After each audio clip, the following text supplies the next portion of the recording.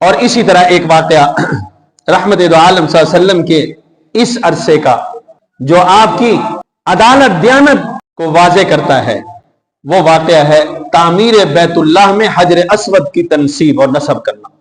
آپ کی عمر مبارک جب 35 برس تھی تو مکہ والوں نے یہ فیصلہ کیا کہ ہم بیت اللہ کی دوبارہ تعمیر کرتے ہیں، کیونکہ بیت اللہ بوسیدہ ہو چکا تھا، اس کی تعمیر، اس کی عمارت، اس کی دیواریں بوسیدہ ہو چکی تھی۔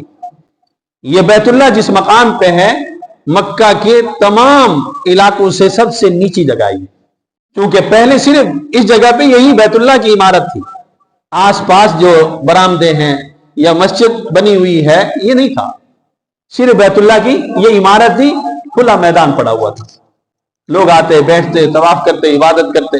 کیونکہ یہ بالکل نچلی جگہ پہ واقع ہے، اس لیے جب بارش آتی، پانی آتا تو پہاڑوں سے اتر کے پانی سارا کہاں اکٹھا ہو جاتا؟ بیت اللہ کے دامن میں۔ یہاں جب پانی اکٹھا ہو جاتا جس کی وجہ سے بیت اللہ کی عمارت کو نقصان ہوتا، تو یہ بوسیدہ ہو گئی۔ مکہ والے بیٹھے سر جوڑ کے کہ اللہ کا گھر ہے اور یہ بوسیدہ ہو رہا ہے، اس کی دیواریں گر رہی ہیں، تو ہمیں اس کو دوبارہ تعمیر کرنا چاہیے۔ لکھا ہے سیرت کی کتابوں میں کہ بیت اللہ کی تعمیر 5 بار ہوئی ہے۔ پہلی بار حضرت آدم علیہ السلام نے کی، فرشتوں نے بنیادیں رکھ دی، آدم علیہ السلام نے تعمیر کی۔ جب تعمیر کر لی تو فرشتوں نے کہا کہ آدم، اس زمین کے اوپر تو پہلا انسان ہے اور یہ اللہ کا پہلا گھر ہے، لہذا اس کا طواف کیجئے۔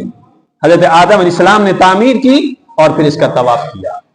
پھر جب طوفان نوح آیا، اللہ تعالیٰ نے اس کی عمارت کو اٹھا لیا تھا، لیکن بنیادیں باقی تھی۔ پھر حضرت ابراہیم علیہ السلام جب تشریف لائے، ان کو حکم ہوا کہ انہی بنیادوں کے اوپر کھڑا کریں۔ وَيَرْفَعُ إِبْرَاهِيمُ الْقَوَاعِدَ مِنَ الْبَيْتِ وَإِسْمَاعِيلُ، دونوں باپ بیٹے نے پھر اس کی تعمیر کی۔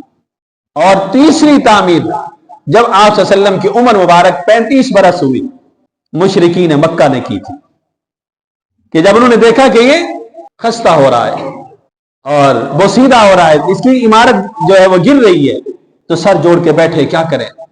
اپنے گھر تو بناتے ہیں، اللہ کا گھر، لیکن وہ خوف دکھاتے تھے، ڈرتے بھی تھے کہ ہم یہ جو عمارت کھڑی ہے اگر اس کو گرائیں تو کہیں ہماری پکڑ نہ ہو جائے، ہم گرفت میں نہ آ جائے، ہمارے اوپر کوئی عذاب نہ آ جائے۔ صاف ظاہر ہے گرانے کے لیے ہمیں پھاوڑا چلانا پڑے گا، کوئی آلہ چلانا پڑے گا گرانے کے لیے، تو اللہ تعالیٰ کا یہ گھر ہے اور ہم اس کو جب گرائیں گے کہیں بے حرمتی کے اندر اس زمرے میں نہ آ جائے اور ہماری پکڑ نہ ہو جائے، ہمارے پر عذاب نہ آ جائے، اس کے لیے ڈرے ہوئے تھے۔ کافی دن یہ مشورہ چلتا رہا، یہ بات چلتی رہی۔ آخر ایک آدمی نے کہا کہ میں یہ کام شروع کرتا ہوں اور تم دیکھو۔ یہ سارے پہاڑ کے اوپر چلے گئے اور یہ شخص، اس کا نام ولید ابن مغیرہ ہے، یہ پھاوڑا لے آیا اور اس نے آ کے پھاوڑا چلانے سے پہلے اللہ سے دعا کی، اللہم ارید، اے اللہ جو میں ارادہ کرتا ہوں یا ہم ارادہ کرتے ہیں وہ صرف خیر کا ہے، ہم تیرے اس گھر کے حوالے سے خیر کا ارادہ رکھتے ہیں، ہماری کوئی نیت خراب نہیں ہے، اس لیے مہربانی کرنا۔ یہ دعا کر کے اس نے پھاوڑا چلایا، کچھ جو ہے دیوار کا حصہ گرایا، لیکن پھر پیچھے ہٹایا اور چھوڑ دیا۔ رات کو سو گئے، لوگ بھی انتظار کر رہے ہیں کہ اگر رات کو اس کو کوئی نقصان پہنچتا ہے تو پھر مطلب یہ ہے کہ اللہ تعالیٰ کی مشیت نہیں ہے، اللہ تعالیٰ نہیں چاہتے۔ ہاں اگر یہ محفوظ رہا تو پھر اس کا مطلب یہ ہے کہ اللہ تعالیٰ کی رضا ہے۔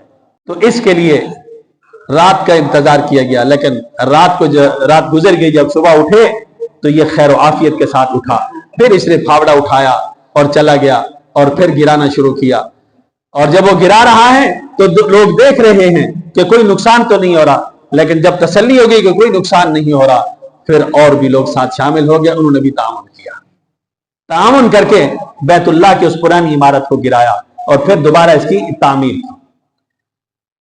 کیونکہ مختلف قبائل تھے، جب دوبارہ تعمیر کر لی، تعمیر کرنے کے بعد حجر اسود جو اللہ تعالیٰ نے جنت سے پتھر بھیجا تھا، حضرت ابراہیم علیہ السلام کو دیا گیا، جو دودھ سے بھی زیادہ سفید تھا۔ رحمت دو عالم صلی اللہ علیہ وسلم نے فرمایا کہ جو شخص اس کا استلام کرتا ہے